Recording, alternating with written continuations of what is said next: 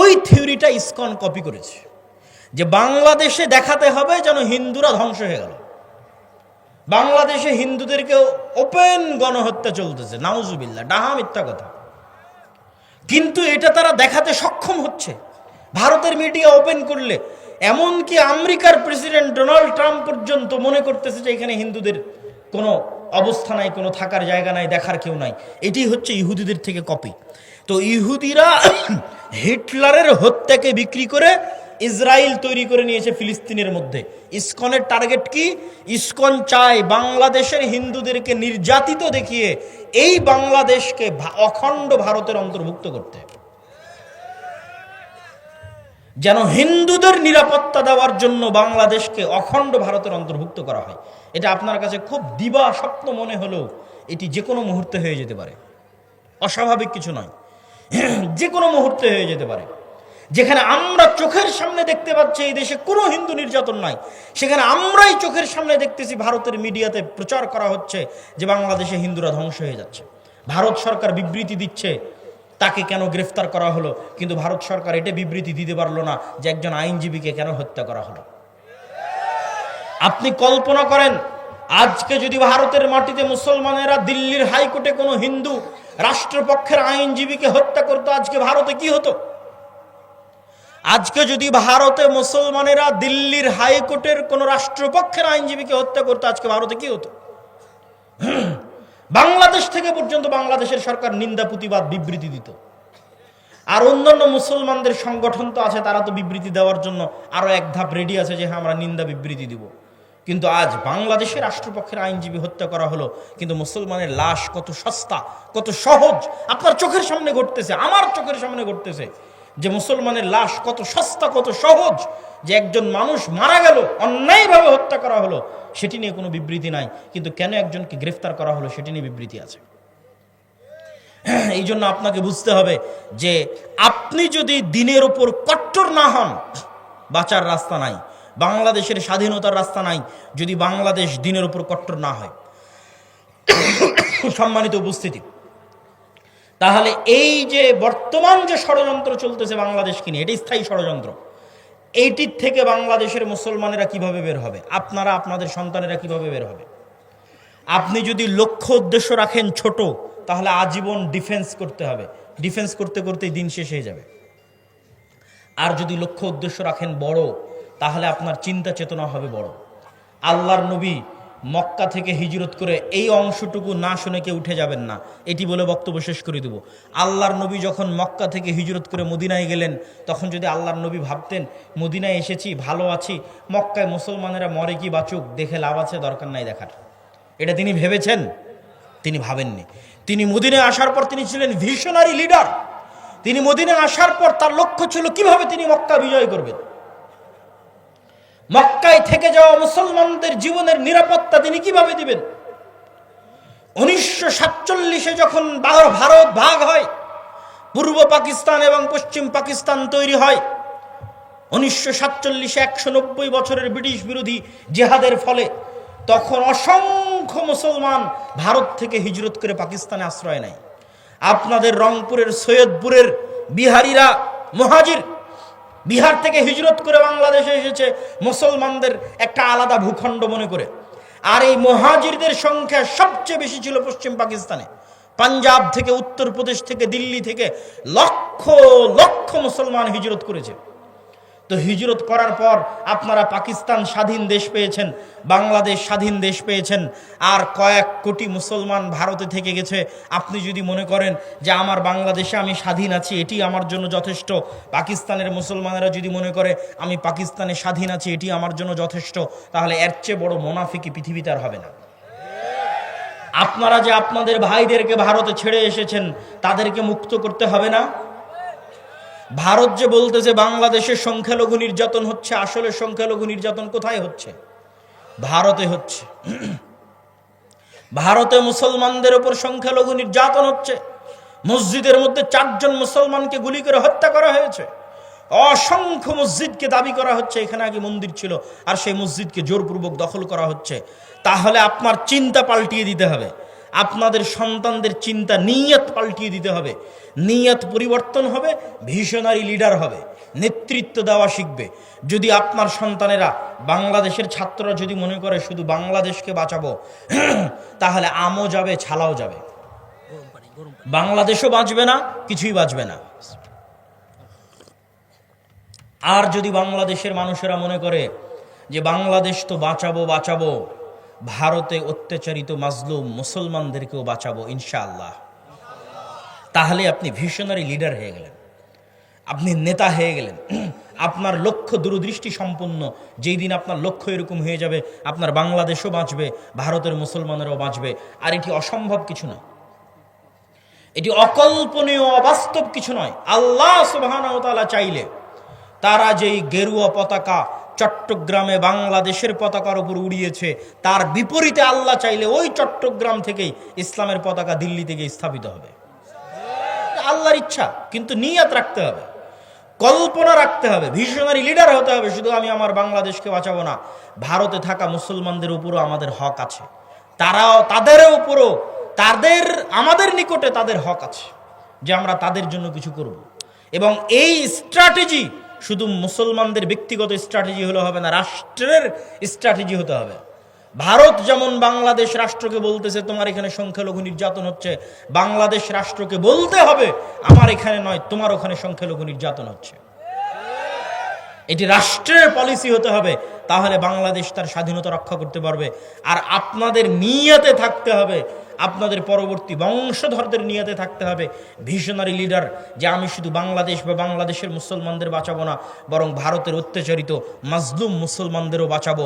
তাহলে আল্লাহ সুবহানাহু ওয়া তাআলা চাইলে এই ইচ্ছা, এই আশা একদিন সফল হবে। সম্মানিত উপস্থিতি, বক্তব্যের শেষের দিকে একটু বর্তমান সরকারের উদ্দেশ্যে আমাদের শুধু একটি দাবি, সংক্ষিপ্ত একটি দাবি, সেটি হচ্ছে আপনারা রাষ্ট্র সংস্কারের নামে যেটিই করছেন করেন, রাষ্ট্রের কল্যাণের জন্য যা ভালো মনে করবেন করেন, কিন্তু রাষ্ট্রের সংবিধানে যেন ইসলাম বিরোধী কোনো কিছু স্থান না পায়। সেকুলারিজমের নামে, ধর্মনিরপেক্ষ মতবাদের নামে বাংলাদেশের মুসলমানদের ইসলামিত্বকে ধ্বংস করার চেষ্টা করা যাবে না। বাংলাদেশের স্বাধীনতার একমাত্র রক্ষা কবচ হচ্ছে ইসলাম।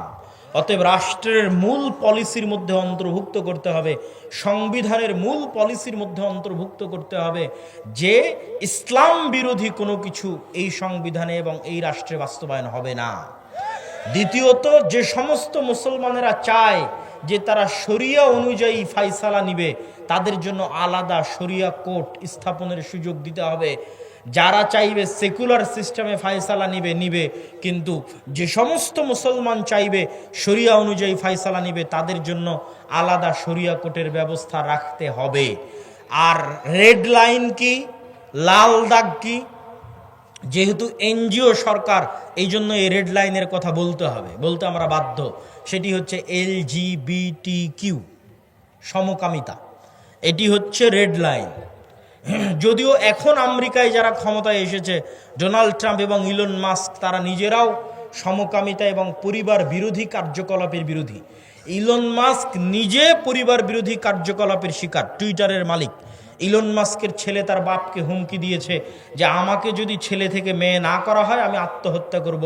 ইলন মাস্ক তার ছেলের জীবন বাঁচাতে তাকে অপারেশন করে মেয়ে হওয়ার সুযোগ দিয়েছে, এবং সেই দিন ইলন মাস্ক ঘোষণা দিয়েছে যে আমার ছেলে মারা গেছে, জীবিত থাকা অবস্থায় মারা গেছে, মারা যায়নি, এখনো জীবিত আছে। কিন্তু ইলন মাস্ক বলছে আমার ছেলেকে নষ্ট করে দিয়েছে, ধ্বংস করে দিয়েছে, হত্যা করে দিয়েছে LGBTQ। এই জন্য LGBTQ এর বিরুদ্ধে লড়াই করার জন্য টুইটার ক্রয় করে নিয়েছে। আর LGBTQ এর বিরুদ্ধে লড়াই করার জন্য ডোনাল্ড ট্রাম্পের সাথে সম্পৃক্ত হয়ে রাজনীতিতে অংশগ্রহণ করেছে। আগের যারা ছিল তারা LGBTQ প্রমোটার ছিল, যদিও বর্তমান যারা, তারা আবার খ্রিস্টানের দিক থেকে কট্টর হবে। মানে মুসলমানদের যেমন আমি বললাম হিন্দুরা তাদের দিনে কট্টর, ইহুদিরা তাদের দিনে কট্টর, এরকম খ্রিস্টান কট্টরও আপনি দেখতে পাবেন। কিন্তু অবশ্যই ধার্মিক মানুষ LGBTQ এর জন্য, সমকামিতা, জেনা, ব্যভিচারের জন্য অন্যদের চাইতে ভালো। তো মুসলমানদের শক্তিশালী প্রতিষ্ঠান নাই, মুসলমানদের প্রতিনিধিত্ব করবে এরকম শক্তিশালী কোনো মিডিয়া নাই, মুসলমানদের প্রতিনিধিত্ব করবে এরকম শক্তিশালী কোনো অর্থনৈতিক প্রতিষ্ঠান নাই। মুসলমানদের প্রতিনিধিত্ব করবে এরকম শক্তিশালী কোনো জাতীয় প্রতিষ্ঠান নাই। যারা মুসলমানদের প্রতিনিধিত্ব করবে জাতীয় পর্যায়ে মেইন স্ট্রিমে নাই। মুসলমানেরা হচ্ছে হুজুগে বাঙালি।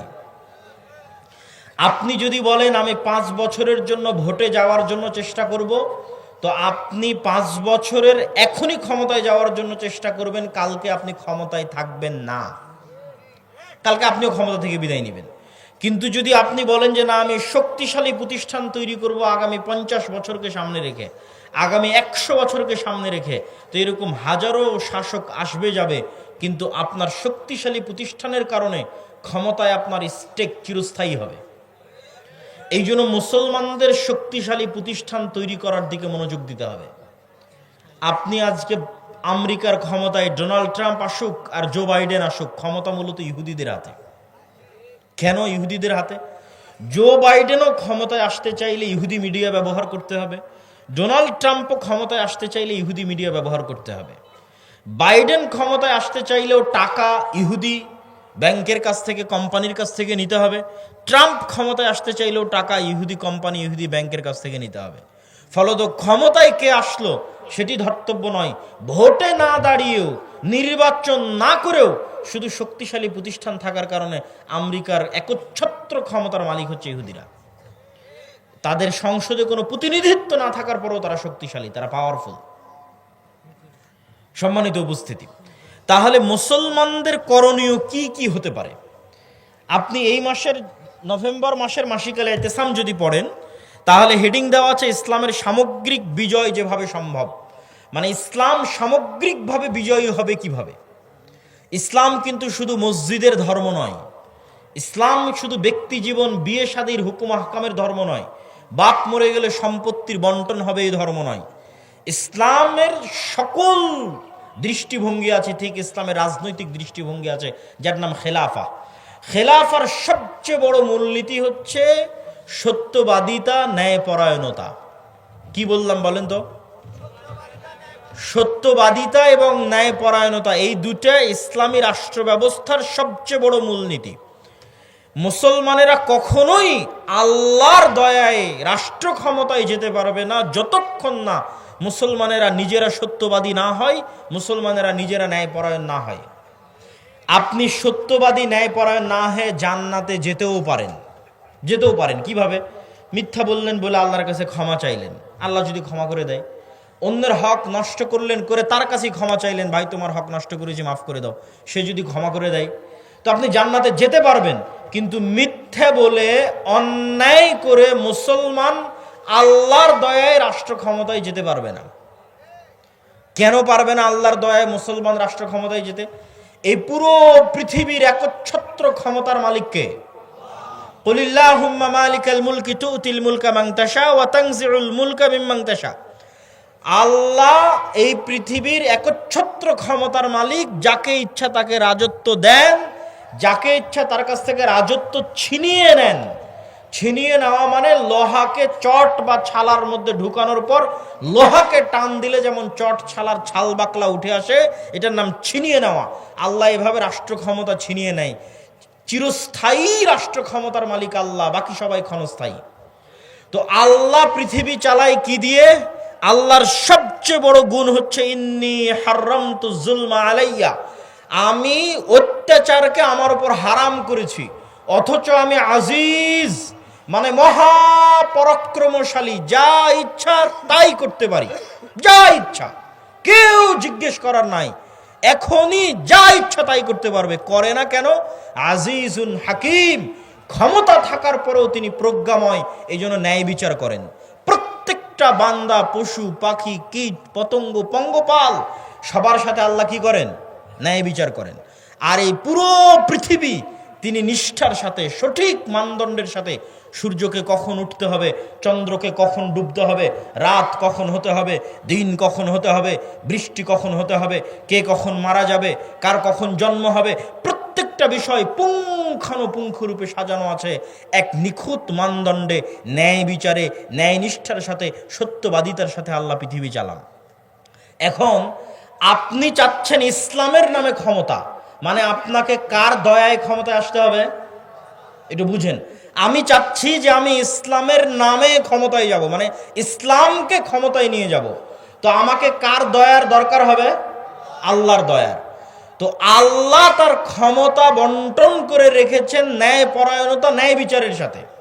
আর আপনি আপনার বোনের সম্পত্তি দিয়েছেন ওই জায়গাতে যেখানে জমির দাম কম। দিয়েছেন না দেননি? আপনি আপনার বোনের সম্পত্তি আপনার বোন আপনাকে না বলে বিক্রি করে দিয়েছে, এই জন্য মন খারাপ করে বোনকে আপনি আর আপনার বাড়িতে জায়গা দেন না। তো আল্লাহ ওই সম্পত্তি আপনার বোনকে দিয়ে গেছে, কিন্তু এই সম্পত্তির উপর আপনি অধিকার খাটাচ্ছেন। আপনি হচ্ছেন অন্যায় পরায়ণ। আপনি বোনের কাছে ক্ষমা নিয়ে জান্নাতে যেতে পারলেও আল্লাহ কোনোদিন আপনাকে রাষ্ট্র ক্ষমতা দিবেন না। গোলামই থাকবেন। অসংখ্য পদে পদে মুসলমানেরা রাষ্ট্র ক্ষমতায় যেতে পারছে না কেন? মুসলমানেরা মনে করেছে আমি বাহ্যিক যে ইবাদতগুলো আছে এই বাহ্যিক ইবাদতগুলো দিয়ে মানুষকে ফাঁকি দিব, আল্লাহকে ফাঁকি দিব। এর নাম মুনাফিকি। এর নাম কি? মুনাফিকি। বাহ্যিক ইবাদত কি? সালাত, সিয়াম, হজ, যাকাত, এগুলো বাহ্যিক ইবাদত। সে আসলে চোর, সে আসলে মিথ্যুক, সে আসলে বাটপার, কিন্তু সেই বাহ্যিক ইবাদত দিয়ে তার মুনাফিকি ঢাকতে চায়। রাসূলুল্লাহ সাল্লাল্লাহু আলাইহি ওয়াসাল্লাম বলেছেন, আরবাউন মান কুন্না ফীহ, চারটা বৈশিষ্ট্য যার মধ্যে থাকবে, মুনাফিকান খালিসা, সে নিখুঁত মুনাফিক। এক, ইযা হাদ্দাসা কাযাবা, কথা বললে মিথ্যা বলে। ওয়া ইযা ওয়া'আদা আখলাফা, ওয়াদা করলে ভঙ্গ করে। ওয়া ইযা তুমিনা খানা, আমানত রাখা হলে খেয়ানত করে। আমানত কি? ওসির দায়িত্ব আমানত, ডিসির দায়িত্ব আমানত, প্রধানমন্ত্রীর দায়িত্ব আমানত, প্রিন্সিপালের দায়িত্ব আমানত। আপনি ভাই, এটাও আমানত। আপনি পিতা, এটাও আমানত। আপনি মেম্বার, চেয়ারম্যান, এটাও আমানত। আপনি এসিল্যান্ড, সাব রেজিস্ট্রার, এটাও আমানত। এই প্রত্যেকটা দায়িত্ব হচ্ছে আমানত। আমানতের খেয়ানত করে। এরা হচ্ছে খাঁটি মুনাফিক। তো এই যে খাঁটি মুনাফিক, এই মুনাফিকিটা ঢাকতে ও হজ করতে যায়। বুঝেননি মনে হয় আমার কথা? খাঁটি মুনাফিক, কিন্তু মুনাফিকি ঢাকতে জালসার অতিথি হয়ে দান করে নিজেকে দানবীর দেখাতে চায়। করেনি, প্রশ্ন ফাঁস করে বলছে আমি এই টাকা আল্লাহর রাস্তায় দান করলাম। আমরা আলেম সমাজ ব্যর্থ, বুঝাতে পারিনি যে ইসলাম কাকে বলে। এটা বুঝাতে পারিনি। সে মনে করে নিয়েছে ইসলাম মানে আমি সালাত আদায় করলাম, আমি হজ পালন করলাম, আমি সিয়াম পালন করলাম, বাহ্যিক আমল ঠিক, তো আমি ঠিক। কিন্তু ও তো মুনাফিক। আল্লাহর নবী বলছেন মুনাফিক।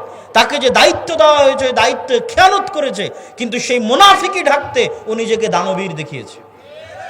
মুনাফিকি ঢাকতে মানুষের সামনে বলেছে আমি তাহাজ্জুদের সালাত আদায় করি। তো এই ধরনের দুই নম্বরই বাটপারি, অন্যায়কারী, দুর্নীতিবাজদের আল্লাহ কখনোই তার দয়ায় রাষ্ট্র ক্ষমতা দিবেন না। মুসলমানেরা যদি বলে গোলাম থাকবো না, ক্ষমতা চাই, তাহলে প্রথমত সত্যবাদী হতে হবে, ন্যায় পরায়ণ হতে হবে, আল্লাহর নবীর মতো। মুহাম্মদ সাল্লাল্লাহু আলাইহি ওয়াসাল্লাম মক্কায় অন্য কোনো কিছুর জন্য প্রসিদ্ধ ছিলেন না। সত্যবাদিতার জন্য প্রসিদ্ধ ছিলেন, আমানতদারিতার জন্য প্রসিদ্ধ ছিলেন, ন্যায় পরায়ণতার জন্য প্রসিদ্ধ ছিলেন। তার ন্যায় পরায়ণতা, আমানতদারিতা, সত্যবাদিতার অসংখ্য ঘটনা শোনানো যাবে, কিন্তু এতটুকু বলে শেষ করি, আল্লাহর নবী যদি সত্যবাদী, আমানতদার, ন্যায় পরায়ণ না হতেন, তাহলে আবু সুফিয়ান কোনোদিন তার হাতে ইসলাম গ্রহণ করতো না। আবু সুফিয়ান আল্লাহর নবীর চিরশত্রু, কিন্তু আবু সুফিয়ান জানে যে মুহাম্মদ সাল্লাল্লাহু আলাইহি ওয়াসাল্লাম সত্যবাদী। আবু সুফিয়ান জানে যে মুহাম্মদ সাল্লাল্লাহু আলাইহি ওয়াসাল্লাম ন্যায়পরায়ণ। সম্মানিত উপস্থিতি, তাহলে মুসলমানেরা যদি চায় রাষ্ট্র ক্ষমতায় যেতে, এক, ব্যক্তিগত জীবনে সত্যবাদী হতে হবে, ন্যায়পরায়ণ হতে হবে। ন্যায়পরায়ণ হওয়া খুবই কঠিন। বহু সালাফে সালিহিন বিবাহ করেননি, স্ত্রীর সাথে ন্যায়পরায়ণতা করতে পারবেন না এই ভয়ে। জিজ্ঞেস করেন আপনি নিজেকে, আমি নিজেকে যদি জিজ্ঞেস করি, প্রত্যেকটা মানুষ যদি নিজেকে জিজ্ঞেস করে সে তার স্ত্রীর সাথে ন্যায়পরায়ণ কিনা, উত্তর দিতে পারবে না সে ন্যায়পরায়ণ কিনা। স্ত্রীর সাথে ন্যায়পরায়ণ কিনা এই হিসাব দিতে কিয়ামতের মাঠে ফেসে যাবেন আপনি। বোনের সাথে ন্যায় বিচার করেছেন কিনা এই হিসাব দিতে কিয়ামতের মাঠে ফেসে যাবেন। আমরা বাঙালিরা আমাদের প্রত্যেকটা প্রত্যেকটা ধাপে ধাপে চরম দুর্নীতিবাজ। প্রত্যেকটা AC land sub registrar 90% AC land sub registrar, OC DC নামাজি, আল্লাহওয়ালা, হাজি, উমরাকারী, কিন্তু নিজ নিজ দায়িত্বে আমানতের খেয়ানতকারী, মানে সব মুনাফিক। মুনাফিকই ঢাকতে বাহ্যিক ইবাদতগুলো করছে। এরা আজীবন গোলাম থাকবে, এদের পরবর্তী প্রজন্ম গোলাম থাকবে। স্বাধীন হতে চাইলে, মুক্ত হতে চাইলে ন্যায় বিচারক হতে হবে, সত্যবাদী হতে হবে, ন্যায়পরায়ণ হতে হবে, তাহলে স্বাধীন হবে, বাংলাদেশ স্বাধীন হবে। 3 নাম্বার, ইসলামকে যদি রাষ্ট্র ক্ষমতায় নিয়ে যেতে চান, তাহলে মুসলমানদেরকে তাদের কলোনিয়াল মাইন্ড সেট আপ, 190 বছর ব্রিটিশদের অধীনে আমরা যে গোলামীর জীবনযাপন করেছি, এই কলোনিয়াল মাইন্ড সেট আপ থেকে বের হয়ে এসে আপনাকে কট্টর হতে হবে নিজের দিনের উপর। নিজের দিনের উপর কট্টর হতে কেন বললাম? সারা পৃথিবী তার দিনের উপর কট্টর হচ্ছে, সারা পৃথিবী। আপনি ইহুদিদেরকে দেখেন, তারা তাদের দিনের উপর শতভাগ কট্টর, পৃথিবীর কাউকে পরোয়া করে না, কোনো কম্প্রোমাইজ নাই, তার দিন সে পালন করবে। পাশের ভারতকে দেখেন, হিন্দুত্ববাদী তার নামে, উগ্রবাদী তার নামে 10 বছর থেকে ভারতে ক্ষমতায় আছে, তারা তাদের নিজের দিনের উপর শতভাগ 100% কট্টর, কট্টর ও কঠোর। তারপরও মানুষ তাদেরকে সন্ত্রাসী বলতেছে না, জঙ্গি বলতেছে না। আর মুসলমান শুধু পেয়েছে কম্প্রোমাইজ করা, আর কিছু না। মুসলমান শুধু নিজেকে সাধু দেখাতে চায় পৃথিবীর কাছে, বলে আমি অনেক বড় সেকুলার, আমি অনেক বড় লিবারেল। পৃথিবী বলছে আমি অনেক বড় হিন্দু, পৃথিবী বলছে আমি সবচেয়ে শক্তিশালী ইহুদি। মুসলমান বলছে আমি সেকুলার, আমি লিবারেল, আমি অনেক উদার, আমি অসাম্প্রদায়িক, আমি সেকুলার, আমি ধর্মনিরপেক্ষ, আমি খুব ভালো। অথচ পৃথিবী বলছে আমি শক্তিশালী হিন্দু, আমি কট্টর হিন্দু। পৃথিবী বলছে আমি কট্টর ইহুদি, আর পৃথিবী বলছে আমি কট্টর খ্রিস্টান। আর মুসলমানকে যদি 2টা থাপ্পড় দিচ্ছে, তাও উঠে বলতেছে ভাই আমি খুব সাধু। ওকে যদি হত্যা করছে, তাও বলছে আমি খুব সাধু, আমি সেকুলার, আমি লিবারেল। এই কম্প্রোমাইজ করে স্বাধীনতা টিকবে না। আপনাকে বলতে হবে, পার্শ্ববর্তীরা যেমন বলতেছে আমি কট্টর হিন্দু, পার্শ্ববর্তীরা যেমন বলতেছে আমি কট্টর ইহুদি, আপনাকে বলতে হবে আমি কট্টর মুসলিম। যেই দিন বলতে পারবেন সাহস করে আমি কট্টর মুসলিম, ওই দিন স্বাধীন হয়ে গেছে।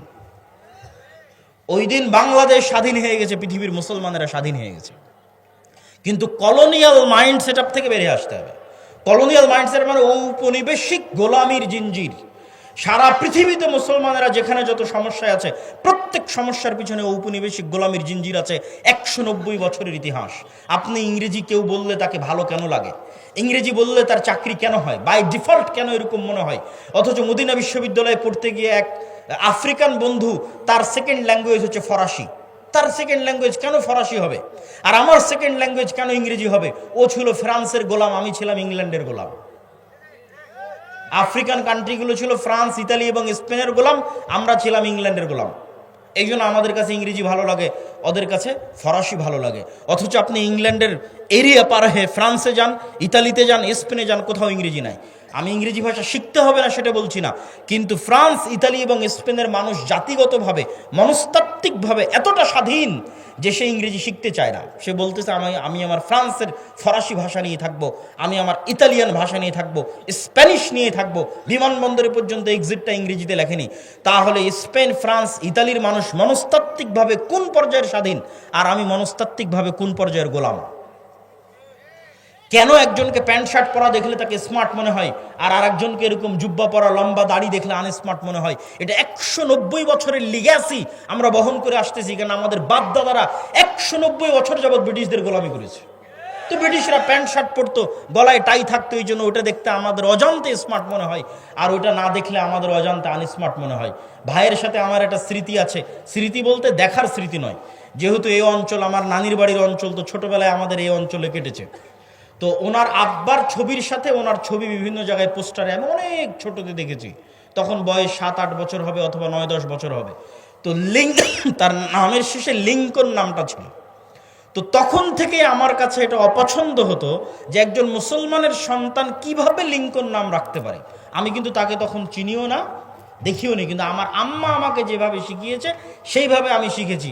তো ওই স্মৃতিটা আমার মনে আছে যে তার নাম আমি পোস্টারে পড়েছি, তার ছবি আমি পোস্টারে দেখেছি, এবং এই নাম আমি তখন থেকে অপছন্দ করতাম যে মুসলমানের সন্তান কেন লিঙ্কন নাম রাখবে। কিন্তু কোনোদিন ভাবিনি যে এইভাবে ঘুরতে ঘুরতে একদিন তিনি পাশে এসে বসবেন, আর তিনিও দিনদার হিসেবে হয়তো হতে পারে আল্লাহর কাছে তিনি আমার চেয়ে বেশি প্রিয়।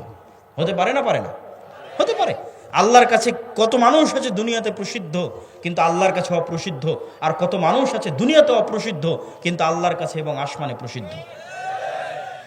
তো যেটি বলছিলাম আর কি, এই যে কলোনিয়াল মাইন্ড সেটআপ, যে আপনার নামটা একটু ইংরেজি ইংরেজি হবে তাহলে আপনাকে ভালো লাগবে, এটা 190 বছরের গোলামির জিঞ্জির বহন করে বেড়াচ্ছেন, এটা থেকে ঝেড়ে ফেলে বের হতে হবে না। আমার আরবি নামের উপর আমি সন্তুষ্ট, আমার ইসলামের আকীদা এবং আদর্শের উপর আমি সন্তুষ্ট এবং শতভাগ কট্টর। শিখবেন কাদের কাছ থেকে? হিন্দুর কাছ থেকে। শিখবেন কার কাছ থেকে? ইহুদির কাছ থেকে। একটা শিখকে দেখান দেখি ওর মাথার চুল কাটে কিনা, একটা শিখকে দেখান দেখি মুখের দাড়ি ছাড়া আছে। একটা ইহুদি যদি শতকরা হিসাব করেন, ইহুদি পাড়ায় গিয়ে কতজন ইহুদি দাড়ি রেখেছে? শতভাগ 90 জন ইহুদি দাড়ি রেখেছে। আর মুসলমানকে দাড়ি রাখতে নাকি আনস্মার্ট লাগে, এই জন্য মুসলমান দাড়ি রাখে না। মুসলমানকে দাড়ি রাখলে খ্যাত খ্যাত লাগে, মুসলমানকে দাড়ি রাখলে সমাজে মানুষ কি মনে করবে এই মনে করে সে দাড়ি রাখে না। এটা হচ্ছে গোলামির মানসিকতা। এই গোলামির মানসিকতা থেকে যখন বের হয়ে কট্টর হবেন, আমার নবী দাড়ি রেখেছে আমিও দাড়ি রাখবো, তাতে মরি বাঁচি মরবো, তখন সেদিন স্বাধীন। সেই দিন বাংলাদেশ স্বাধীন, আপনি স্বাধীন। তার আগ পর্যন্ত গোলামির জিঞ্জির আপনার গলায় এবং আমার গলায়। সম্মানিত উপস্থিতি, তো যেটি বলতে চাচ্ছিলাম যে বাংলাদেশ বা আমাদেরকে যদি আমরা চাই যে রাষ্ট্র ক্ষমতা ইসলাম যাক, তাহলে তার সারমর্ম হিসেবে 3টে বা 4টে পয়েন্ট, তারপরে আরও কিছু বক্তব্য দিব গুরুত্বপূর্ণ বর্তমান চলমান কিছু বিষয়, সেটি তো আপনাদের কিছু শিক্ষণীয় আছে। তো সারমর্ম 4টে বিষয় কি কি রাষ্ট্র ক্ষমতায় যদি যেতে চান? 1 নাম্বার, আপনাকে বুঝতে হবে যত তন্ত্র মন্ত্র আছে এগুলো তৈরি করা হয়েছে ইসলাম যেন রাষ্ট্র ক্ষমতায় না যায়। তাহলে আপনাকে আপনার ঈমান বাঁচাতে এই তন্ত্র মন্ত্রকে অস্বীকার করতে হবে। কি করতে হবে? অস্বীকার করতে হবে। আমাই ইয়াকফুর বিত্তাগুত, যেমন ইব্রাহিম আলাইহিস সালাতু ওয়াস সালাম বলেছিল কাফারনা বিকুম, শোনো তোমরা যার ইবাদত করো, তোমরা যেই সমস্ত মূর্তি পূজার ইবাদত করো তোমাদেরকে, আর তোমাদের এই মূর্তি পূজাকে আমি কুফরি করলাম, কাফের হয়ে গেলাম, তোমাদের এই মূর্তি পূজার অস্বীকার করলাম। আপনাকে এইভাবে অস্বীকার করতে হবে যে আমি গণতন্ত্রের কাফের, আমি সেকুলারিজমের কাফের, তাহলে আপনার ঈমান বাঁচবে, ঈমান ঠিক থাকবে, আকীদা ঠিক থাকবে। তো আমি ঈমান এনেছি কিসের উপর? ইসলামিক খেলাফত ব্যবস্থার উপর। আর বাকি যত তন্ত্র মন্ত্র আছে এগুলোর আমি কাফের, এগুলো অস্বীকার করি ওপেন প্রকাশ্যে, কেননা এগুলোর অস্বীকারের মধ্যে ইসলামের ক্ষমতার উত্থান আছে, আর এগুলোর অস্বীকারের মধ্যে ইসলামের ক্ষমতার, এগুলো অস্বীকার না করলে ইসলামের ক্ষমতার উত্থান নাই। 2, আপনাদেরকে ব্যক্তিগত জীবনে সত্যবাদী এবং ন্যায়পরায়ণ হতে হবে, না হলে আল্লাহর দয়ায় আল্লাহ আপনাকে ক্ষমতা দিবে না। আল্লাহ জালেমকে মিথ্যুককে ক্ষমতা দেয় না, আল্লাহ ন্যায়পরায়ণ সত্যবাদীকে তার দয়ায় ক্ষমতা দেয়। আপনার সালাত সিয়াম তখনই কাজে লাগবে যখন আপনার সালাত সিয়াম মুহাম্মদ সাল্লাল্লাহু আলাইহি ওয়াসাল্লামের মতো হবে। আপনি তো মুনাফেক অবস্থায় সালাতে দাঁড়িয়েছেন, বোনকে সম্পত্তিতে ভাগ দেননি মানে মুনাফেক অবস্থায় সালাতে দাঁড়িয়েছেন। আর আল্লাহর নবী শতভাগ সত্যবাদী ন্যায়পরায়ণ অবস্থায় সালাতে দাঁড়িয়েছে, অন্তর পরিষ্কার অবস্থায় সালাতে দাঁড়িয়েছে। আপনি যেদিন ওইভাবে অন্তর পরিষ্কার অবস্থায় সালাতে দাঁড়াতে পারবেন, সত্যবাদী ন্যায়পরায়ণ হয়ে সালাতে দাঁড়াতে পারবেন, সেই দিন আপনার এই সালাতের পাওয়ার থাকবে, আপনার এই হজের পাওয়ার থাকবে, আপনার এই দ্বীনের দাওয়াতের পাওয়ার থাকবে। 3, কলোনিয়াল মাইন্ড সেটআপ থেকে বের হয়ে আসতে হবে। আর বক্তব্যের শেষাংশে এসে যেটি বলবো যে বর্তমানে বাংলাদেশে যে সমস্যা চলতেছে, ইসকন চলছে না? এখান থেকে আমার এবং আপনার শিক্ষা আছে, এই সমস্যা থেকে আমার এবং আপনার শিক্ষা আছে। এই সমস্যা থেকে আমার এবং আপনার শিক্ষা কি? ইসকন নামক যে সংগঠন বর্তমান বাংলাদেশে চলমান আছে, এই ইসকন মূলত হিন্দু ধর্মীয় শ্রী চৈতন্যের মতবাদকে প্রমোট করে, যেটিকে বলা হয় বৈষ্ণব শাখা, হিন্দু ধর্মের বৈষ্ণব শাখা। আর শ্রী চৈতন্যকে কেউ বলে যে তিনি নিজে শ্রীকৃষ্ণ, আর কেউ বলে যে শ্রী চৈতন্য মূলত শ্রীকৃষ্ণের ভক্ত ছিলেন। তো এই ধারাটার মূল বক্তব্য কি? এই ধারাটার শ্রী চৈতন্যের মূল বক্তব্য হচ্ছে হিন্দুদের মধ্যে যে জাতপাতের ভেদাভেদ আছে, হিন্দুদের মধ্যে জাতপাতের ভেদাভেদ আছে, ব্রাহ্মণ, ক্ষত্রিয়, শূদ্র, এরকম 4টে ভাগে তারা বিভক্ত। তার মধ্যে সবচেয়ে সম্মানিত অংশটা হচ্ছে ব্রাহ্মণ, যারা তাদের দাবি অনুযায়ী তাদের ভগবানের মাথা থেকে সৃষ্টি হয়েছে, নাউজুবিল্লাহ। তো এই নিম্নবর্ণের হিন্দুদের কোনো অধিকার হিন্দু সমাজে ছিল না, ফলত নিম্নবর্ণের হিন্দুরা দলে দলে ইসলাম গ্রহণ করেছে। কেননা ইসলামের সবাই সমান, ইসলামে কোনো জাত নাই, পাত নাই, কালার নাই, রং নাই, বর্ণ নাই, ভাষা নাই, কিছু নাই। ইন্না আবাকুম ওয়াহিদ ওয়া ইন্না রাব্বাকুম ওয়াহিদ ইয়া আইয়ুহান নাসু উবুদু রাব্বাকুমুল্লাযী খালাকাকুম মিন নাফসিন ওয়াহিদা। তোমাদের পিতা এক, তোমাদের রব এক। জো বাইডেনের পিতা, নরেন্দ্র মোদীর পিতা, ডক্টর ইউনূসের পিতা একজনই, আদম আলাইহিস সালাতু ওয়াস সালাম। তো ইসলামের সবাই সমান, এখানে কোনো জাতপাত নাই, রং বর্ণ কিছু নাই। তো এই জন্য নিম্ন বর্ণের হিন্দুরা দলে দলে ইসলাম গ্রহণ করেছে। নিম্ন বর্ণের হিন্দুদেরকে ইসলাম থেকে ঠেকাতে, নিম্ন বর্ণের হিন্দুদেরকে পাওয়ারফুল করার জন্য, হিন্দু সমাজে তাদের একটা জায়গা তৈরি করার জন্য শ্রী চৈতন্যের মতবাদের আবির্ভাব হয়, যেটিকে হিন্দু ধর্মের বৈষ্ণব শাখা বলে। এটিকে নিয়ে কাজ করে ইসকন। এই জন্য ইসকনের বড় বড় মন্দিরগুলো নিম্ন বর্ণের হিন্দুরা যেখানে বেশি থাকে ওখানে আছে। ঢাকার স্বামীবাগ পুরোটা মেথরপট্টি, ওই মেথরপট্টির মধ্যে স্বামীবাগের সবচেয়ে বড় ইসকন মন্দির সেখানে নির্মিত। সিলেটের চা বাগানের শ্রমিকরা নিম্নবর্ণের হিন্দু, ওই সিলেটের চা বাগানের শ্রমিকদের মধ্যে ইসকন খুবই শক্তিশালী। বাংলাদেশের রাষ্ট্রপক্ষের আইনজীবী সাইফুল ইসলাম আলিফ ভাইকে মেথরপট্টিতে হত্যা করা হয়েছে, কেননা মেথরপট্টিতে ইসকন সবচেয়ে শক্তিশালী। নিম্নবর্ণের হিন্দুদের নিয়ে ইসকন কাজ করে। আর ইসকনের কাজ কি? ইসকনের মূল টার্গেট কি? ইহুদিরা ইসরায়েল কিভাবে প্রতিষ্ঠা করেছে? ইহুদিরা ইসরায়েল প্রতিষ্ঠা করেছে কাঁদতে কাঁদতে, মায়া কান্না দিয়ে। আপনার মনে হয় যে আমেরিকা মুসলমানের শত্রু, তাই ইসরায়েলকে টাকা পয়সা, ধন সম্পদ, অর্থ, অস্ত্র দেয় না। মুসলমানের শত্রুতার কারণে যতটা না দেয়, তার চেয়ে বেশি দেয় এই মনে করে যে এরা হচ্ছে অসহায়, এদের থাকার জায়গা নাই, এদের দেখার কেউ নাই। আর এই অসহায়ত্বটা